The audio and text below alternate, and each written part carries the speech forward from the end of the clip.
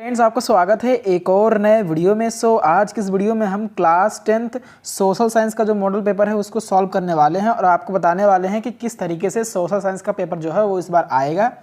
आप इस वीडियो को लास्ट तक जरूर देखें। मैं जो ऑब्जेक्टिव टाइप क्वेश्चन उनका सोल्यूशन भी आपको प्रोवाइड कराऊंगा। आप इस वीडियो को देखते चलें और सभी क्वेश्चन को आपको नोट कर लेना है। तो चलिए सीधे अब हम इस वीडियो को स्टार्ट करते हैं और एक एक करके सभी प्रश्नों को देखते हैं। तो वही समय आपका उतना ही रहेगा। आपको जो निर्देश हैं वो पढ़ लेना है। 70 नंबर का पूर्णांक रहेगा, 20 नंबर के ऑब्जेक्टिव टाइप क्वेश्चन रहेंगे और 50 नंबर के सब्जेक्टिव टाइप क्वेश्चन रहेंगे। तो यहाँ से स्टार्ट होता है खंड आ, ये रहेगा 20 नंबर का ऑब्जेक्टिव टाइप में। तो इसमें चलिए देखते हैं 20 अंक का रहेगा। तो पहला प्रश्न इसमें यह है कि निम्न में कौन 1815 की वियना संधि से संबंधित है। बिस्मार्क हो गए, नेपोलियन हो गए, या ड्यूक मैटरनिक हो गए, या जोसेफी मैथ्सनी हो गए। कौन सा इसका ऑप्शन जो है वो राइट रहेगा। जो इस कलर से है ये राइट इसका आंसर हो जाएगा। नेपोलियन इसका राइट आंसर हो जाएगा। दूसरा प्रश्न ये है कि सत्ता की साझेदारी के बेल्जियम मॉडल का मुख्य महत्व क्या है। तो इसका ऑप्शन नंबर 7 जो है बिल्कुल करेक्ट हो जाएगा। संप्रदायों को समान प्रतिनिधित्व दिया गया, ये वाला ऑप्शन इसका बिल्कुल करेक्ट हो जाएगा। तो आपको नोट कर लेना है। मैं इसका सोल्यूशन भी आपको दे रहा हूँ ऑब्जेक्टिव वालों का। चलिए तीसरा प्रश्न ये है कि 1928 से 1934 के बीच भारत में गेहूं की कीमत 50% तक क्यों गिर गई। तो इसका क्या कारण था? महामंदी। इसका ऑप्शन नंबर सी हो जाएगा, महामंदी के कारण। ऑप्शन नंबर सी इसका बिल्कुल करेक्ट हो जाएगा। चौथा प्रश्न यह है कि ब्रेटन वुड्स नामक संस्थान निम्नलिखित में से कहाँ स्थित है।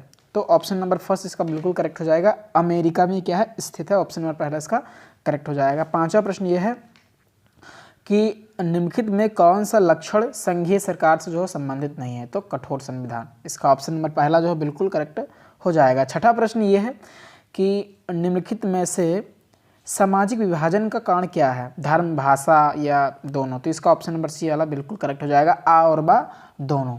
चलिए सातवां प्रश्न ये है कि यदि हम लैंगिक विभाजन की बात करते हैं तो उसका अर्थ होता है समाज में स्त्री और पुरुष की असमान भूमिका। ठीक है, 1 नंबर का प्रश्न है। तो इसका पहला वाला ऑप्शन बिल्कुल करेक्ट हो जाएगा। फिर अगला प्रश्न ये है, वेरी इंपॉर्टेंट क्वेश्चन है कि राष्ट्रवाद का जो उदय है सर्वप्रथम किस देश से हुआ। तो कहाँ से हुआ था? फ्रांस से। ऑप्शन नंबर इसका बा वाला जो है सेकंड वाला बिल्कुल करेक्ट हो जाएगा। तो 8वें का बा यानी फ्रांस। और फिर 9वां प्रश्न है कि ड्यूक मैटरनिक ने हमारी सामाजिक व्यवस्था का सबसे खतरनाक दुश्मन किसको माना। तो इसका ऑप्शन नंबर जो डी है यानी द जोसेफी मैथ्सनी को। ऑप्शन नंबर 4 जो इसका बिल्कुल करेक्ट हो जाएगा। द वाला ऑप्शन बिल्कुल करेक्ट हो जाएगा। फिर 10वां प्रश्न ये है कि लोकतांत्रिक शासन व्यवस्था अन्य व्यवस्थाओं से अच्छी है क्योंकि यह क्या है? नागरिकों में समानता को बढ़ावा देती है। और दूसरा यह है कि व्यक्ति की गरिमा को बढ़ाती है, यानी इसका सा वाला ऑप्शन बिल्कुल करेक्ट हो जाएगा। आ और बा दोनों। फिर नेक्स्ट क्वेश्चन है, 11वां क्वेश्चन है कि मृदा जो है वो किस प्रकार का प्राकृतिक संसाधन है। तो नवीकरण योग्य संसाधन है। इसका ऑप्शन नंबर पहला जो है बिल्कुल करेक्ट हो जाएगा। फिर 12वां प्रश्न ये है कि निम्नलिखित में से पंजाब में भूमि संकुचन के मुख्य कारण क्या हैं। तो अधिक सिंचाई। ऑप्शन नंबर सेकंड इसका बिल्कुल करेक्ट हो जाएगा। 13वां प्रश्न ये है कि भारत के किस राज्य की शिशु मृत्यु दर जो है वो निम्नतम है, यानी सबसे कम निम्नतम है। तो केरल की। ऑप्शन नंबर पहला इसका बिल्कुल करेक्ट हो जाएगा। फिर 14वां प्रश्न ये है कि सार्वजनिक एवं निजी क्षेत्र को किस आधार पर वर्गीकृत किया जाता है। तो उदयम का स्वामित्व। ऑप्शन नंबर सेकंड बिल्कुल करेक्ट हो जाएगा। ऑप्शन नंबर थर्ड बिल्कुल करेक्ट हो जाएगा, उदयम का स्वामित्व। फिर है 15वां प्रश्न है कि ये है कि भूक्षरण से क्या तात्पर्य है। भूक्षरण से क्या तात्पर्य है। तो इसका ऑप्शन नंबर पहला बिल्कुल करेक्ट हो जाएगा, भूमि का अनुपजाऊ होना। भूमि का अनुपजाऊ होना। ऑप्शन नंबर पहला इसका जो है बिल्कुल करेक्ट हो जाएगा। फिर 16वां प्रश्न ये है कि गोंडवाना कोयला का जमाव किस क्षेत्र में नहीं पाया जाता है। तो चंबल घाटी। इसका 4th वाला ऑप्शन करेक्ट हो जाएगा।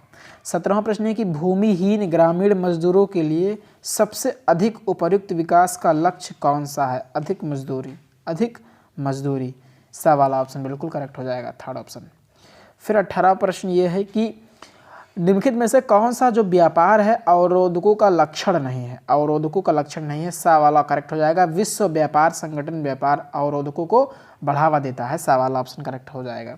फिर 19वां प्रश्न ये है कि निम्नलिखित में से कौन सा परंपरागत ऊर्जा का स्रोत नहीं है। तो भूतापीय ऊर्जा, भूतापीय ऊर्जा, ये वाला इसका ऑप्शन जो बिल्कुल करेक्ट हो जाएगा, कौन सा, भूतापीय ऊर्जा।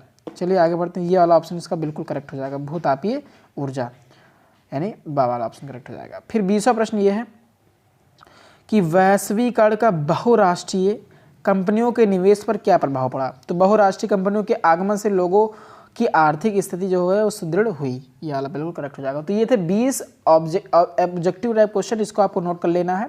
तो इसका मैंने सोल्यूशन आपको प्रोवाइड करा दिया। अब बढ़ते हैं खंड बा।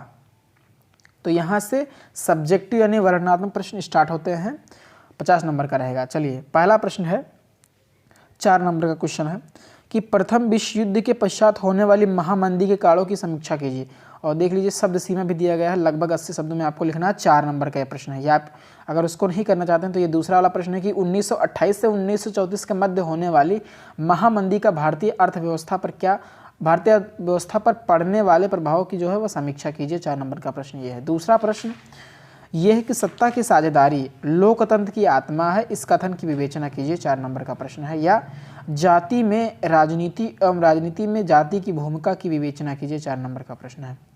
तीसरा प्रश्न यह है कि आर्थिक विकास के लिए ऊर्जा एक आधारभूत आवश्यकता, इस कथन के परिप्रेक्ष्य में ऊर्जा संचय हेतु अपनाए जाने वाले उपायों पर अपना मत जो है वो स्पष्ट कीजिए। अथवा परिवहन तथा संचार के साधन किसी भी देश की जीवन रेखा तथा अर्थव्यवस्था क्यों कहे जाते हैं, तर्क सहित जो है वो उत्तर दीजिए।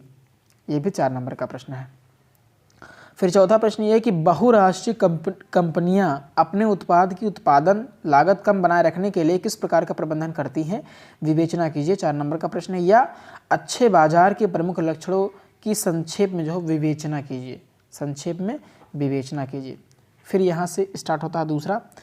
अब इसका जो है थोड़ा सा आपको बढ़ा कर चढ़ा कर लिखना, 150 शब्दों में लिखना है। वो कितना था, इधर मैंने आपको बताया ये वाला जो था वो टोटल आपको लिखना था 80 शब्द में, और ये आपको 150 शब्द में लिखने हैं। और कुल 6 नंबर का प्रश्न रहेगा। दीर्घ उत्तर ये है कि महात्मा गांधी द्वारा चलाए जाने वाले असहयोग आंदोलन के क्या कारण थे, इसे उन्होंने स्थगित क्यों कर दिया।